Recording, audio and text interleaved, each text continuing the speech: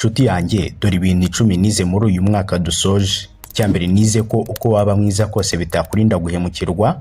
Cya kabiri nize ko guceceka bishobora kuba igisubizo cyiza. Gatatu nize ko guhitamo amahoro ari ugutsinda utarwanye.